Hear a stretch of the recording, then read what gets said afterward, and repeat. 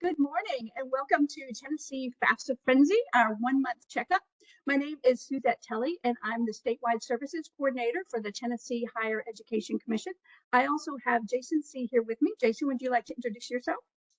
Hey, thanks, Suzette. Good morning, everyone. Jason C., Senior Director of Outreach, also with the Tennessee Higher Education Commission. And we also have our colleague, Jesse. So, Jesse, throw it to you. Good morning, everyone, and thank you for joining us. My name is Jessie Green, and I am the Coordinator of College Access Communications with the Tennessee Higher Education Commission as well. Back to you, Suzette. Thank you. Jessie is going to be monitoring the chat for us, so please chat in your questions as we go through. I am first up, and I'm going to be talking about Tennessee FAFSA Frenzy and the Tennessee FAFSA Challenge. So let me share my screen.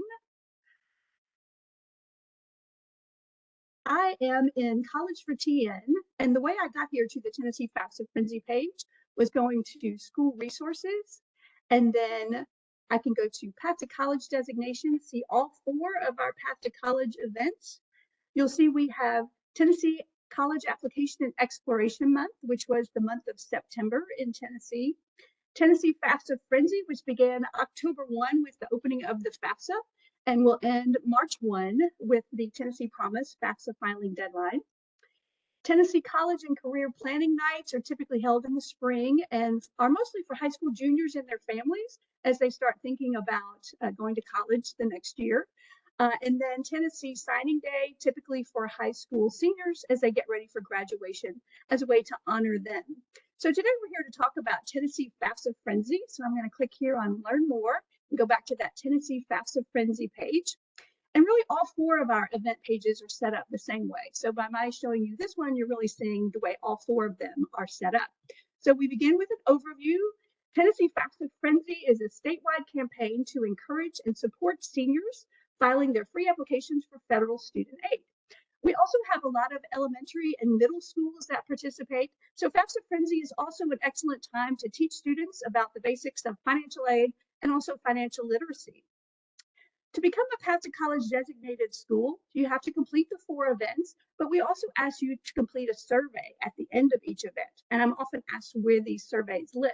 So they live here on the event pages. So here is the Tennessee FAFSA Frenzy survey, and you will find the same on all the other event pages for those event surveys. We also send them out in newsletters and emails, but if you're ever looking for one of the surveys, you can find it here on the page. One of the most important things that we can provide you in your FAFSA completion efforts is data. So I'm going to click here on FAFSA data visualizations, and you will see last year's visualizations. We haven't yet started to receive FSA data this year. We hope it'll start coming in the next few weeks, and we hope by Thanksgiving to have this all updated with the new information. And it will be very similar to this. It may look slightly different, but the information shared will be the same. So you can see that this is a heat map. So as I scroll across, I can see every county within the state. But if we stop here at, say, Lawrence County, you'll see that last year, Lawrence County had a FAFSA submission rate among Tennessee Promise applicants of 99.5%. They also had a FAFSA completion rate of 90%. So good job, Lawrence County. If you'd like to delve further into the data, you can go up here to FAFSA completion by high school. And you'll see we have all the counties in the state and every public high school within those counties. So if I click here on Clinton High School, for example, you'll see, again, this is last year's data, but you'll see that they had a 79.9% FAFSA completion rate for their Tennessee Promise applicants. They also had an additional 17 seniors who submitted a FAFSA, but it was incomplete.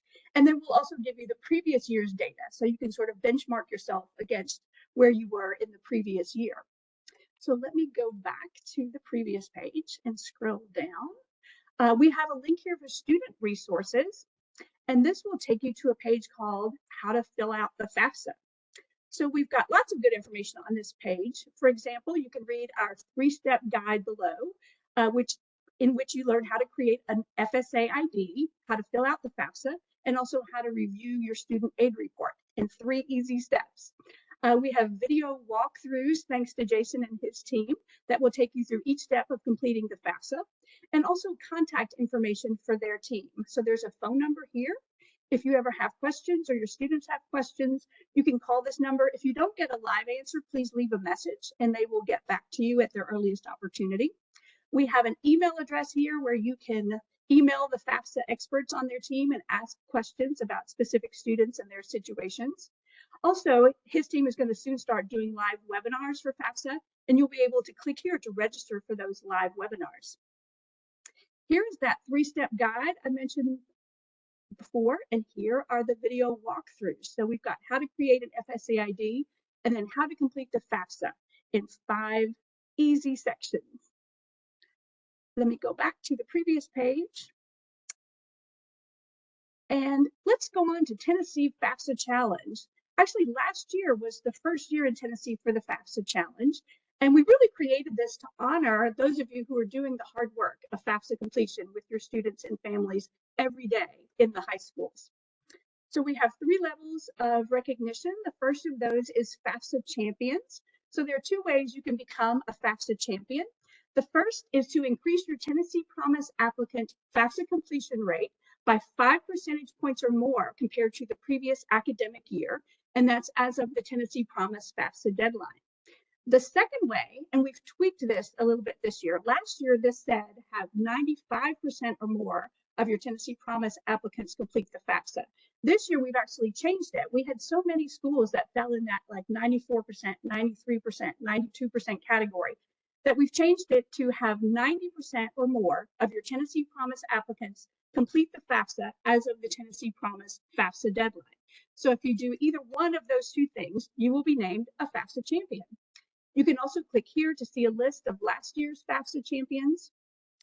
And we also recognize highest completion and most improved.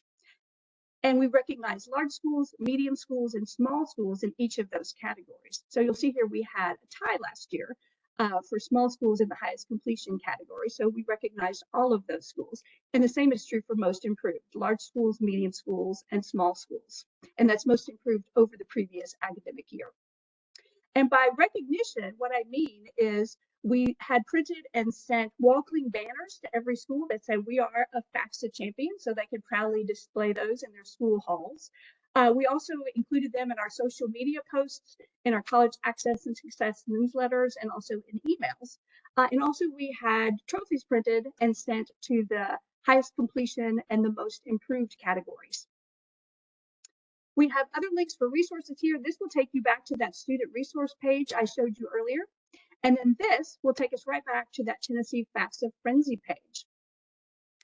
Here are our event resources. We have this on all 4 event pages, and we always divide it up by high school, middle school, and elementary school. Probably the most helpful thing for a high school in terms of FAFSA completion and holding a FAFSA Frenzy event in particular is the Tennessee FAFSA Frenzy Toolkit. So let me click on that quickly. I'll take you to the top. You'll notice that this says the 22-23 FAFSA Frenzy Toolkit, but it's actually for the 23-24 FAFSA. So don't be confused by that. And here is the table of contents. After the introduction, we have information on how to complete the FSA ID and the FAFSA with screenshots of each step, information on how to host a FAFSA Frenzy event, and then also how to help your students through completion and verification for the FAFSA. In addition to more resources, some things we don't even have on the website. So lots of good resources for you there. I've also added a lot of resources in the last few days, lots of things from banks. We have some things from other states, financial organizations, so more financial literacy information. And so that's all in addition to the financial aid resources we already had. On each of our 4 event pages, we also have a section on social media and outreach. So last year we worked with a PR firm to create this social media toolkit. So a lot of this is actually, this was created last year, but a lot of it you could pull out and use this year. But we are working on updating this, and we hope to have a whole new social media toolkit to you probably within the next month. And we'll release that as soon as we have it available. We also have information on steps for reaching out to the media, a photo media release form, how to do a media advisory, and also a press release. And then our logos, Tennessee Path to College logo here, and the Tennessee FAFSA Frenzy logo. And we encourage you to use our logos anytime you do a publication on FAFSA and get the word out. And then the last category here is volunteer engagement. You will need volunteers if you host a FAFSA Frenzy event. So we talked to you about how to recruit the volunteers, how to train them, and also how to thank them for their efforts. Okay, I think that is it for me. I'm going to throw this over to Jason C., my go-to guy on all things FAFSA, and he's going to talk to us more about the challenges he's seen this year. Well, Suzette, thank you. Great presentation as always. Lots of good resources that I want to say our agencies providing our schools out for their students and families. All right, guys, I'm going to share my PowerPoint. Share. And let me start at the beginning. There we go. So depending on if you're watching us live, which live would be Friday, October 28th, I believe. And however, if you are viewing this recording after the fact, it very well may be November. It is definitely FAFSA time in Tennessee. The 23-24 FAFSA opened October 1st. So just a few highlights. One, the mobile app has been retired. So that means that students, parents must complete the FAFSA online through their favorite web browser. There's no longer a mobile app for folks to complete the FAFSA on an iPhone or an Android device, meaning through an app that FAFSA had created, because it has now been retired. Two-step authentication has been introduced specifically with new users. So any new user, meaning a student or a parent that is creating their FSA ID, they will need to, quote, opt in to two-step authentication. It's pretty straightforward. But for counselors and professionals listening to this right now, guys, think about this two-step authentication. This is similar to what we experience when we have to log into our bank account, right? Enter a username, a password, and then you may receive a text that has to be entered in order for you to access your, quote, bank account. FAFSA is doing the same thing. So now when a student logs in to the FAFSA with their username and password that they've created, they will then have to wait on either a text code or an email code that they will then enter to access their actual FAFSA account. Some of you are aware of some question subtractions. For example, the selective service question is no more on the FAFSA. And actually, on section 1 of the FAFSA, the gender question has also been removed. However, what users will now see, specifically with the 23-24 FAFSA, is in section 7, the addition of 4 questions regarding gender, transgender, race, and ethnicity. And then finally, 23-24 FAFSA will ask questions about the students or the parents' 2021 income and tax information. As Suzette said earlier, March 1 is now our deadline for promise purposes as well as TSAA consideration, TSAA being the Tennessee Student Assistance Award. So again, March 1 is now the deadline for those programs specifically. As always, we always teach our families, get in the habit of completing this FAFSA, ideally October, November of every year, so that you are applying and reapplying for aid. Reasons for FAFSA, again, students have to do the FAFSAs to calculate their expected family contribution, which our colleges use to determine eligibility for programs such as the Pell Grant. FAFSA is the only application for our Hope Scholarship. It is the second requirement for Tennessee Promise. It is also the application for students to have their loan options, as well as for parents to have their plus loan options. And then finally, more and more colleges are also using the FAFSA for institutional aid consideration as well. So bottom line, if you're a high school senior, whether you're considering an in-state college, an out-of-state college, a 2-year college, a 4-year college, a public or a private college, just do the FAFSA and get in that habit of doing it every year so that you're maximizing your financial aid eligibility. In terms of the FAFSA three-step, kind of a reminder, students will need to create a username and password, otherwise known as the FSA ID. But to be clear, what's referred to as the FSA ID is that username and password that the student creates. Likewise, a parent, if they've never done a FAFSA themselves or for another child, one parent will also need to create a username and password. As a reminder, parents who have previously created an account for themselves or because they have helped an older son or daughter with the FAFSA previously, if they have forgotten their login, they can use the forgot username and forgot prompts at studentaid.gov to ideally retrieve and reset their information. However, if those prompts do not work, then such individuals must call FAFSA at that 1-800-433-3243 number for account assistance. Once the username and passwords have been created, then it's time to do the FAFSA. And I always encourage students to log in using the student username and password to complete the form. Here is a screenshot of the 23-24 FAFSA. As a reminder, it's 7 sections. Sections 1, 2, and 3, and 6 are student sections. Section 4 and 5 are sections about the parent.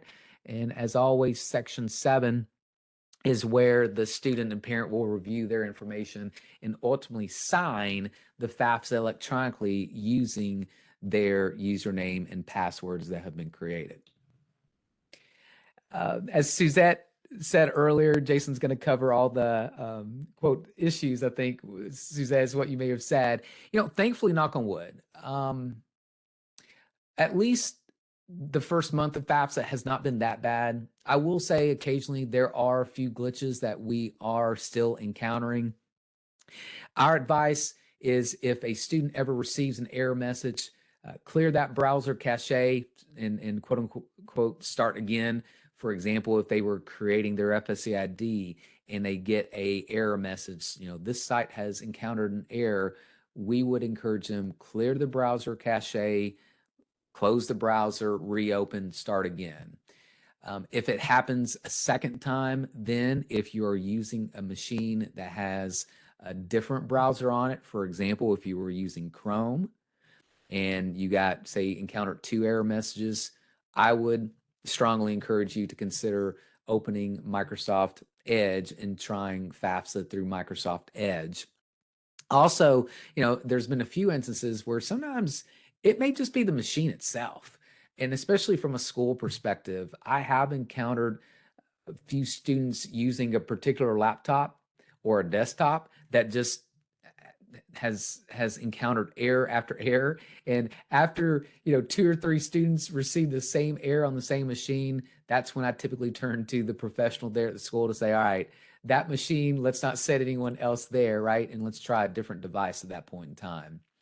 And then again, worst case scenario from a FAFSA application perspective, Suzette, thankfully, and Jesse as well, thankfully, my team has not reported to me, nor have I seen in person any issues on the actual FAFSA application. Whereas like last year, for example, a student parent would get to the very, very end and FAFSA would not let them submit the FAFSA.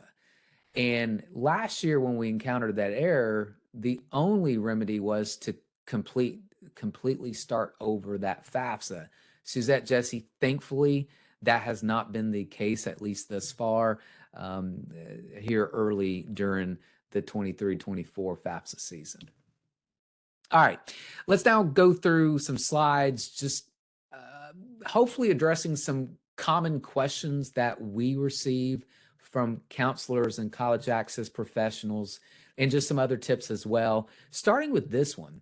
So with the announcement of the student loan debt relief plan, users who go to either studentaid.gov or FAFSA.gov, you may encounter this screen, which is asking, are you looking for student loan debt relief?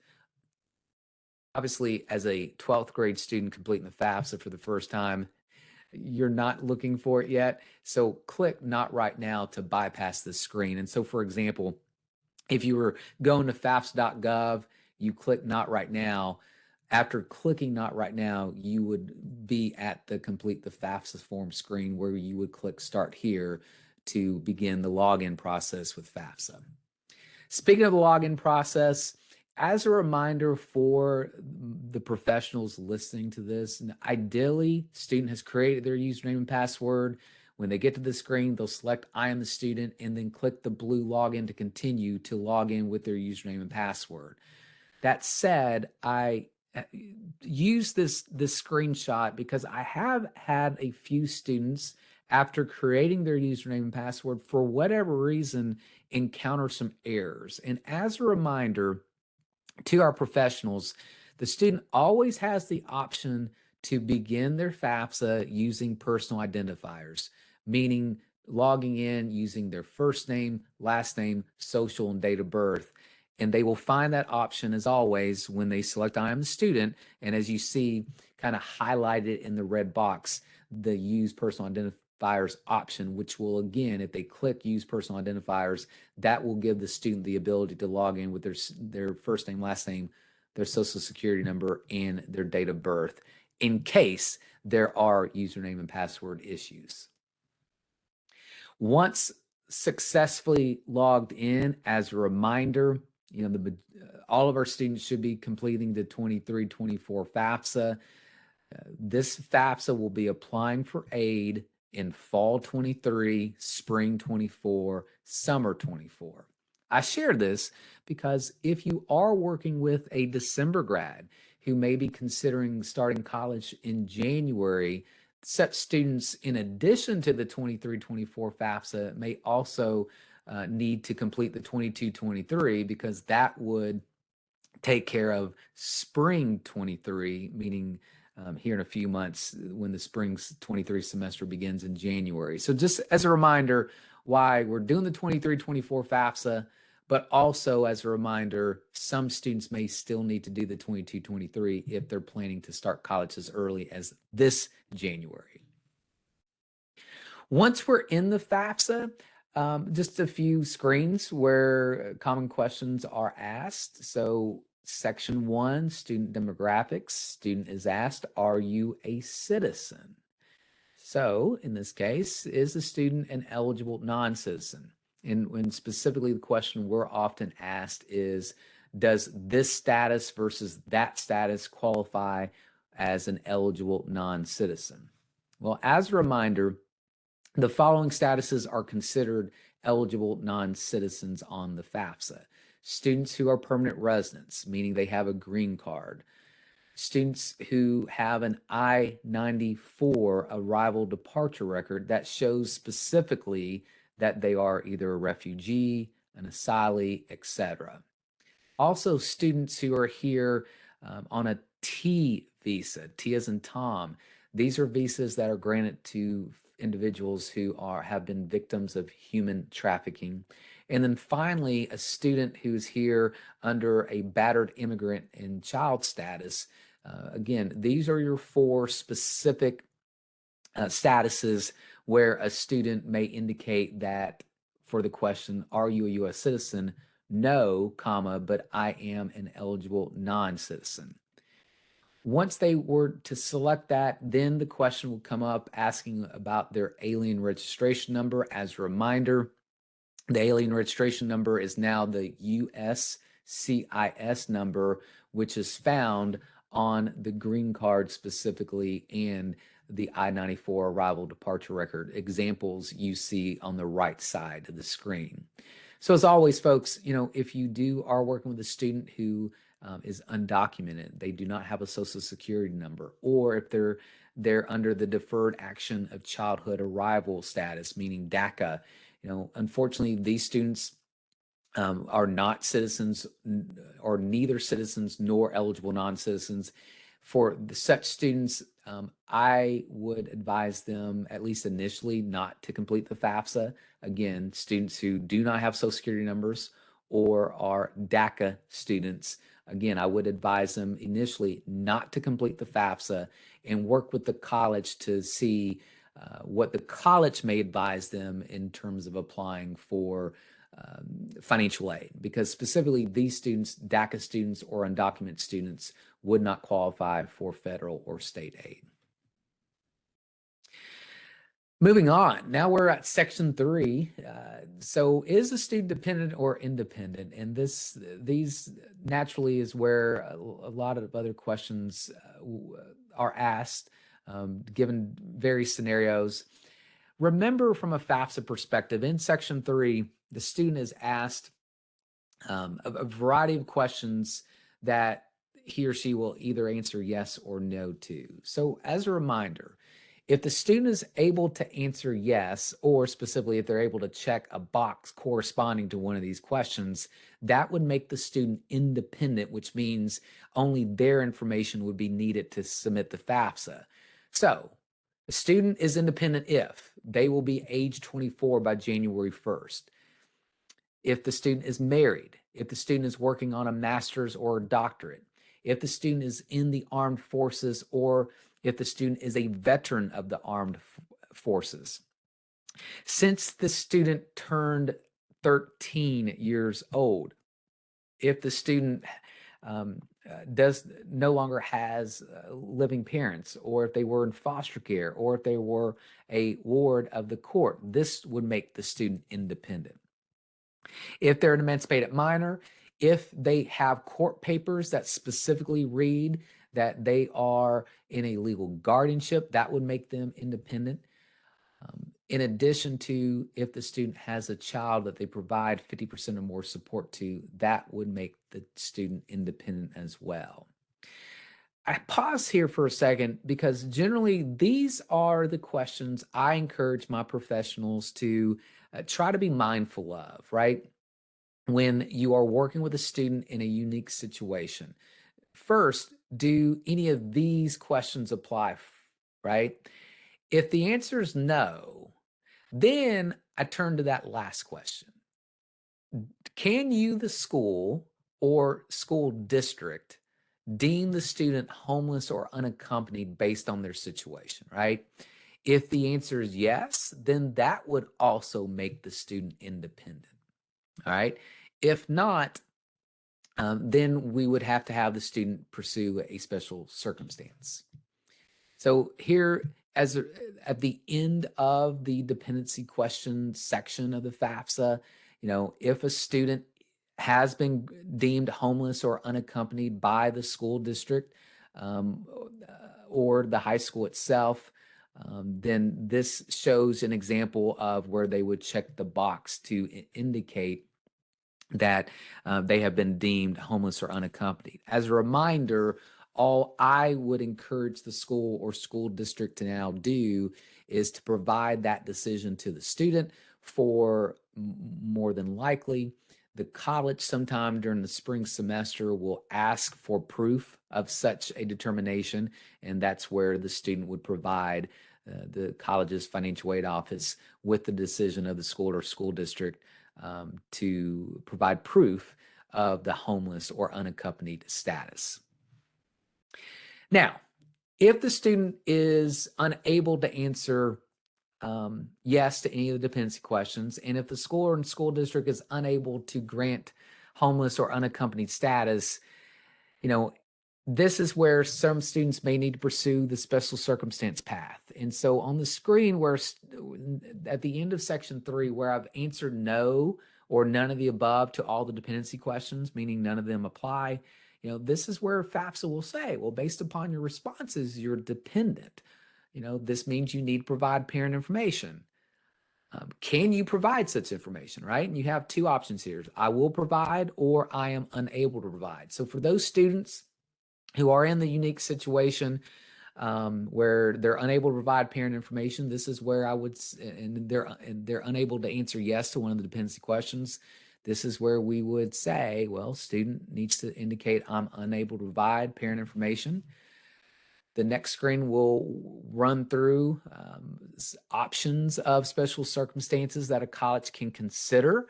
And if, in this case, student would say, I have a special circumstance.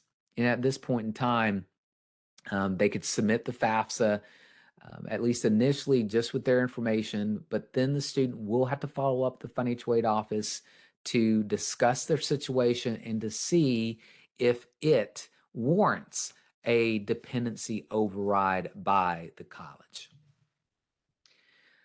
So let's move on into the parent sections of the FAFSA, right? So first, who is a FAFSA parent? We get these questions often. So remember, a biological parent is considered a FAFSA parent. A step parent, if married to the biological parent, is considered a FAFSA parent. An adoptive parent is also considered a FAFSA parent unless the student was in foster care at age 13, 14, 15, etc. If you notice the little graphic at the bottom of this slide, the following folks will never be considered a FAFSA parent unless they've adopted the student. And that would be a grandparent, a brother, sister, an aunt or uncle, etc. So again, that's a basic definition of a FAFSA parent. So when I'm in a school where I have a student that has a grandparent, that grandparent will never be that FAFSA parent on the student's FAFSA unless they've adopted them, right? Ideally, one of the dependency questions will apply, which would allow the student to be considered independent, or in some instances, we might have to pursue a special circumstance, but just understand who FAFSA deems as quote unquote a parent. Once that is then determined, and let's say you do live with a mom, a dad, a mom and dad, a mom and a stepdad, etc. So this question, the first question that's actually asked on Section 4 of the FAFSA asks as of today, what is the marital status of your parents? And this can be a tricky parent, this can be a tricky question, especially for those parents who are divorced or separated. So as Suzette and Jesse, as they've heard me now try to present this information clearly, I present it as follows. Who does the child live with? And again, in this case, we are assuming either a biological parent, step parent, etc., right? So who does the child live with? So if that child is in a single parent household, then for that question, what is the parent's marital status? That parent, that single parent, is going to select among never married, divorced, separated, or widowed, whatever applies to their single parent status. Conversely, if that student is in a two-parent household where the student lives with their mom, dad, their mom, stepdad, their dad and stepmom, then these individuals are going to select married or remarried and then indicate the month and year that those two individuals got married. What we're also seeing more and more is unmarried biological parents who now live together. So again, in that scenario where my biological parents, they're not married to one another, however, they live in the same household, then they will select unmarried but living together, and then the FAFSA will now ask for, again, mom and dad's information for that status. So once FAFSA begins asking for parent information in terms of their name, social, date of birth, as a reminder, when working with parents that do not have Social Security numbers, or if they have individual tax identification numbers, otherwise known as ITINs, these are numbers, if you ever see a tax return and if you see a parent's, quote, number begins with the number 9, that's an ITIN. On the FAFSA in Section 4, these parents should indicate all zeros for their Social Security number. As a reminder, these individuals will not need to create an FSA ID because they will be unable to. And we will go through the signature process here in a few more slides to teach you or remind you how such parents will sign that FAFSA. Let's go over some income and tax information quickly.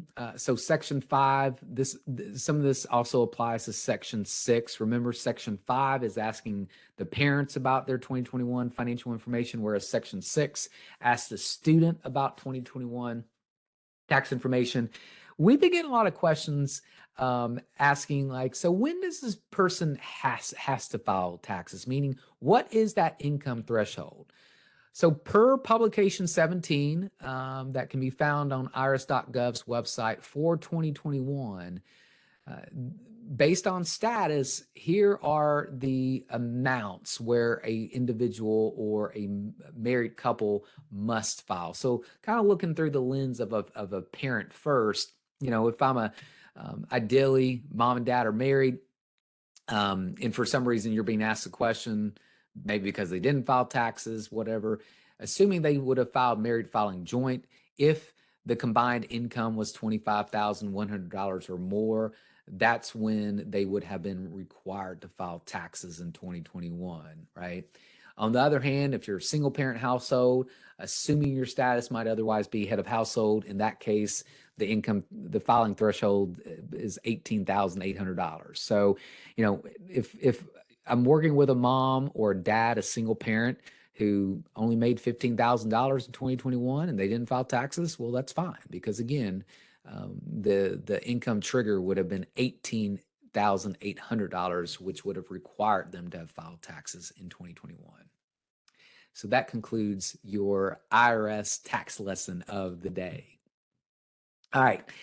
So parents that use data retrieval tool, and hopefully the majority of your families can, as a reminder, because of the EFC formula, which I could go into more and more and more, but for brevity, as a reminder, for a two-parent household that uses data retrieval tool, FAFSA will still require mom and dad, mom, stepdad, or dad, stepmom to manually enter how much parent one earned from work versus parent two, because these are two data points that are unable to be transferred using data retrieval. So, just to help my professionals out here a little bit, if you're ever looking at a 1040 of a married couple, in line 1, if you see wages, salaries, and tips in a number in line 1, this means that there should be W-2s that may help you identify how much one parent made versus the other. Likewise, if you ever see a dollar amount in line 8, this indicates that there should be a Schedule 1 form, which could mean, I should say, one parent or both parents had their own business and they had some income from a business, which is also considered income earned from work, which can be attributed to one parent versus the other. So if you ever see these, so for example, if you see something in line 1, I would go, all right, let me see your W-2s. So for example, in my household, my wife works, I work, we each receive a W-2. So if we're completing the FAFSA, I'm going to look at my W-2, right, for dad here. And for me, I would report what you would see in box 1, wages, salaries, and tips for parent 1, if that was dad in this case. And then conversely, I would use my wife's W-2 and I'd report her wages and tips and other compensation from her W-2 as her income earned from work. All right. And if that's it, right, the simple scenario where dad works here, mom works there, and they get one W-2 each, those are the simple ones to navigate. Obviously, if a parent had more than one W-2, you would add box 1s of each W-2 and attribute to the appropriate parent. Here's a screenshot of a Schedule 1 form that's, again, for parents that have their own business or also report farm income. This is where you will also find and report income earned from work for one parent versus the other. So again, if you're not a tax person or if you've never looked at your own taxes, just FYI, here's what a Schedule 1 looks like that I would also be looking for, especially if a mom or a dad indicate that they have their own business. And then for some parents that may have an LLC, they could also have a Schedule K-1 form. And on these forms, income earned from work would be found in box 14, code A only. Suzette, Jesse, my 16 years of doing this, I've worked with a handful of families where I've had to look at a K-1. And again, this is just, hey, sharing, lessons that I've learned over time with you. This would be another form that, again, only for a few families that where mom or dad has an LLC, might you have to look at this form for income earned from work as well.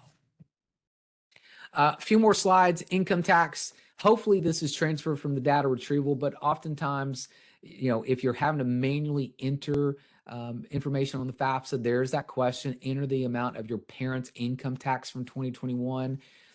This comes from line 22 of the 1040. I get, if you click on the question mark, FAFSA will also tell you to look at the Schedule 2, line 2. But folks, that is a tax credit that Tennesseans do not typically qualify for. Therefore, essentially, you can ignore the Schedule 2 form in this case, and simply, if you have to manually enter the income tax, simply look at line 22 of the 1040 as you see illustrated at the top of the screen. Assets. Some parents may see this question as today: does the total amount of your parents' assets exceed a certain dollar amount? What does FAFSA consider an asset?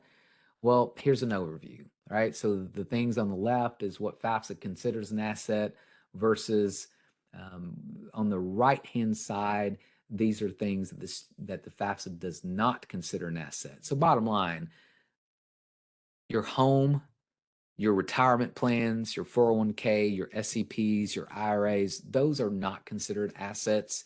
Therefore, a family should be considering, if they have CDs, money market accounts, checking accounts, savings accounts, a 529 college savings plan. These are the types of things that the FAFSA is considering an asset, and what a parent should be prepared to report if prompted. Basically, same screen for the student. Now we're in section 6. Again, a reminder: when must a student file taxes? I was actually called with this question yesterday. And again, from publication 17, a student who otherwise would file using a single status, they would have had to file taxes in 2021 if they earned $12,550 or more. So if that student, worked in 2021, made $3,000, they'll simply indicate not going to file, but then they would report the amount of income they earned in 2021 by using, again, the W-2 that they received from their employer, right? And plug in this screen here. If they did not work in 2021, they would simply enter 0 and move on. All right, wrap up the screenshots. Parents that do not have Social Security numbers, at the end of section 6, they will encounter this screen, quote, verification required. The parent will simply click check for errors once for each parent to bypass this screen and the next screen that appears, which will be this same exact screen if we're talking about 2 parents who do not have Social Security numbers. So again, click the check for errors button once per parent to bypass this screen. Here is the screenshot now of the new gender and transgender questions. The student is more than welcome to select decline to answer to move on. And then as they scroll down this screen, this is where they'll be asked the ethnicity and race questions. Again, they can answer accordingly or select decline to answer to move on. Once we get to the actual signature process, just FY for my parents that do not have Social Security numbers, they will click other options to sign. They will select print a signature page, click the print signature page button, where this screen will appear, where they have to, at that point in time, physically print this page by clicking that icon. Once that page is printed, they will sign that document and mail to the address as you see highlighted here from this. Again, that address will print on the signature page, but that's where they will have to physically mail that in. Once it's been printed, make sure parent, student clicks the finish button, which takes you back to this screen where now the student needs to make sure they click submit my FAFSA form so that FAFSA has been successfully submitted. And on the confirmation screen, this is where they'll see their expected family contribution, which is will help colleges determine if they are eligible for the Pell Grant. If they are, if that EFC is in the 0 to 6,206 range, then they should also see their potential Pell Grant amount on this screen. And Suzette, Jesse, that concludes my screenshots. I believe we have a few questions. Jess, if you're still with us, do you want to, I'll say this, do you want to do the honors and read some of the questions we got if you have a little time? Absolutely, I would love. So these are some questions that we have actually received. So Jason, I'm going to toss them over to you. So the question here is, as the grandparent, she was a baby. The grandparents only have paperwork that gives them. Well, Jesse, thank you, Suzette. Reading body language cues. Jesse, it sounds like a gremlin has overtaken your microphone again, because I don't think we could really hear that. You're good. You're good. Maybe Suzette, would you mind to read them? Oh, no, not at all. Yeah, go ahead, Suzette. So in this scenario, a student lives with grandparents since she was a baby. The grandparents only have paperwork that gives them temporary custody. Can the student file as independent? All right, so great question. As I explained earlier, this is where we really just need to remember our dependency question and use those questions kind of as to help us determine the answer for this. I'm actually going to do one click, and here's my actual answer to the question. So assuming the student answers no to all of the dependency questions, including the guardianship question, right? Because you're telling me here that the grandparents' paperwork only indicates temporary custody. Remember, that court document has to read legal guardianship in order for them to check that box. So assuming none of the other questions apply, my question to you, the school counselor or college access professional, to potentially ask the school counselor is, does the high school or school district consider the student homeless or an unaccompanied youth? All right. If they do, then the student can now answer yes to that question, which would make them independent. However, if the school or school district does not deem the student homeless or unaccompanied based upon the situation, then this is where the student will submit the FAFSA as a special circumstance and follow up with the college to seek a dependency override. Guys, understand that student is at the mercy of that college in their decision, right? Ideally and hopefully the college does grant the student independent status based on the situation. But please remember, if they don't, then the student would be dependent and would need a biological parent's information in order to be considered for financial aid. Suzette, next question. Where can I find the independent student status of unaccompanied homeless youth determination form for the 23-24 FAFSA? Suzette, that's a mouthful, is it not? That's a lot of words right there. Hey, great question. This is where I would say, please contact your districts, your school district's homeless liaison. Depending on who's asking this question, I mean, folks, from a FAFSA perspective, the student is just simply checking a box to answer a question. And so if the district's high school has determined that the student is homeless or unaccompanied, they're simply checking boxes that says, I am homeless, and then this high school or school district determined that way.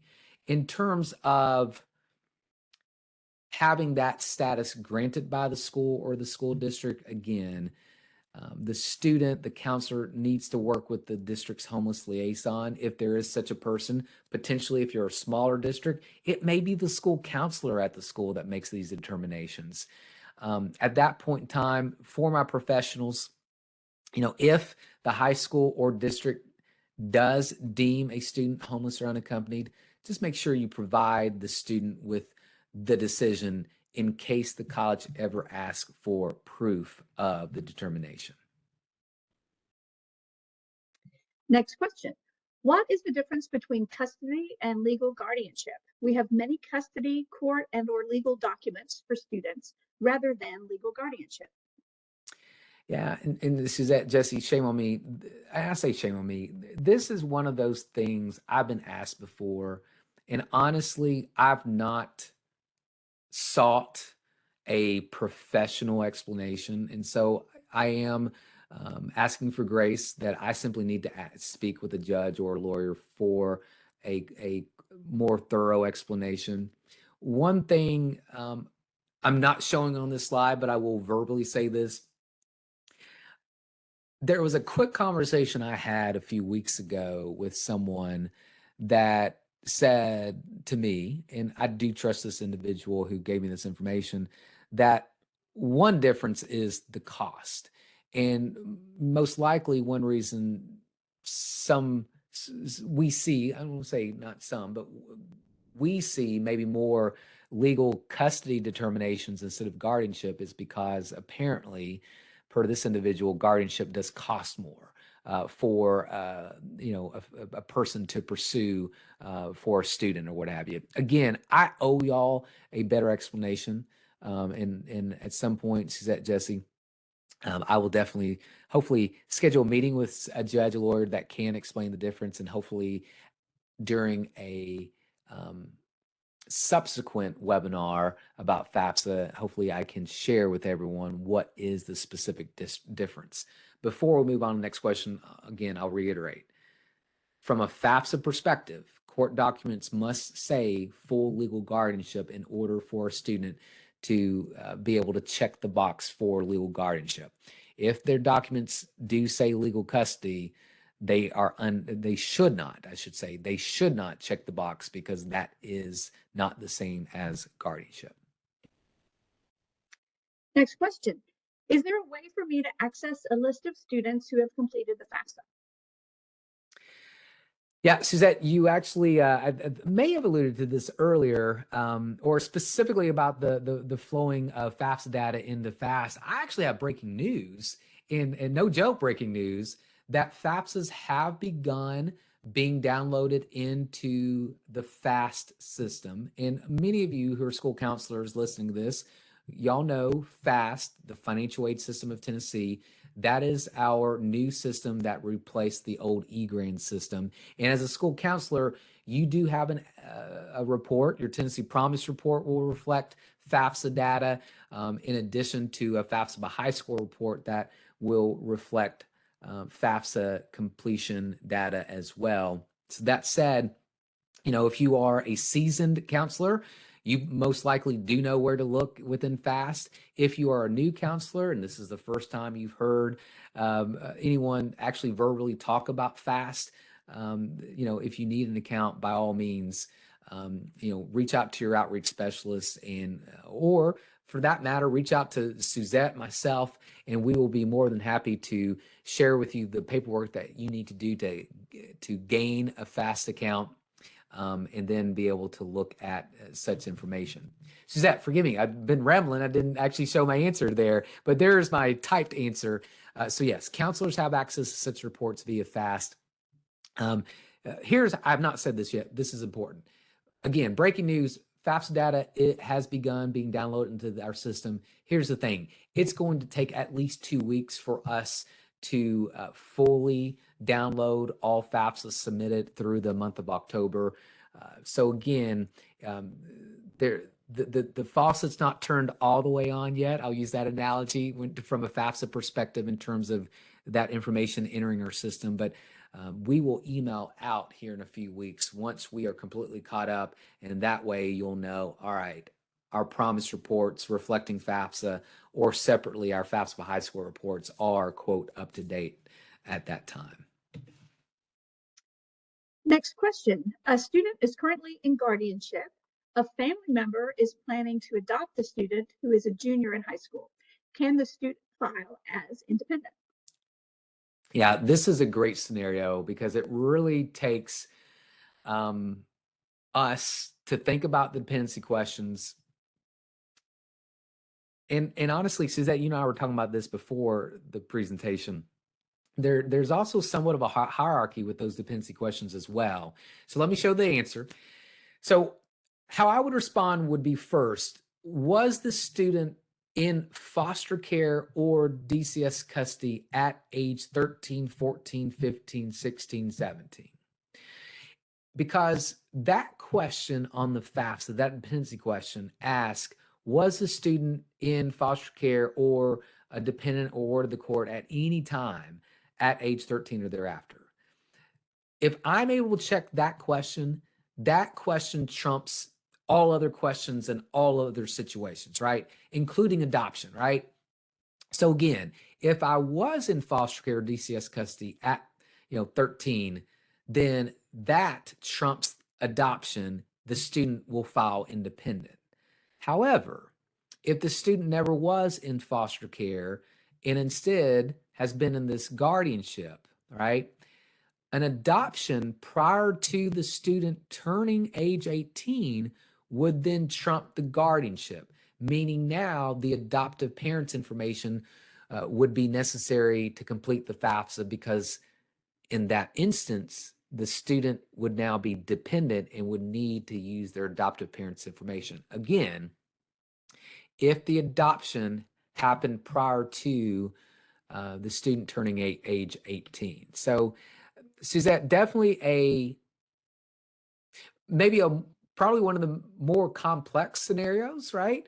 Hopefully that's pretty straightforward, but in my mind, that's how we would navigate the scenario. So again, if the student was in foster care DCS custody at 13 or thereafter, yes, the student can file independently. However, if they never were, and if the adoption occurs prior to the student reaching the age of 18, now the student would be dependent and need adoptive parents' information on the FAFSA. And Susan or Suzette, look, black slide. That means we are done. I will say, Suzette, if I may, I'm going to go back to my outreach map just quickly to share contact information. If guys, we are back to in-person workshops, so the outreach specialist in your area, I know, has been in communication, scheduling FAFSA workshops between now and March 1st. But for some reason, if you're someone brand new and, for some reason you have not made contact, or your outreach specialist has not made contact with you, here is the outreach specialist by county and by region. Feel free to reach out to this person with questions, or to schedule a FAFSA workshop, or whatever you need us to do to help support your families as they complete the 23-24 FAFSA. And Suzette, with that, I'm going to stop sharing. All right. Thank you, Jason. As always, I think I learned a few things myself today about financial aid. Thank you for tuning in. Again, I'm Suzette Telly from the Tennessee Higher Education Commission. You can also reach out to me if you have questions about Tennessee FAFSA Frenzy or Tennessee FAFSA Challenge. My email is Suzette, that's SUZETTE .Telly, TELLI @tn.gov. And you can close this out, Jason. Awesome. Well, guys, hey, thank you. Happy 23-24 FAFSA season. Suzette, I bet this is not the last one of these we'll do this school year. So guys, as always, whenever we do another webinar, we'll definitely do that. I think I will end this way. Suzette, you mentioned about the outreach team potentially doing some virtual FAFSA workshops like we've done in previous seasons. And those will begin Monday, November 14th. So again, once we have those on the website, we will share that link with our professionals so that you can share with your families, and anyone that's family that's desiring a walkthrough of the FAFSA, by all means, can join one of the upcoming virtual FAFSA workshops, which will occur every Monday between November 4th and December the 12th, I believe, kind of during that holiday season for us. So guys, take care. Thank you. Suzette, thank you so much. All right. Thank you very much. Bye-bye.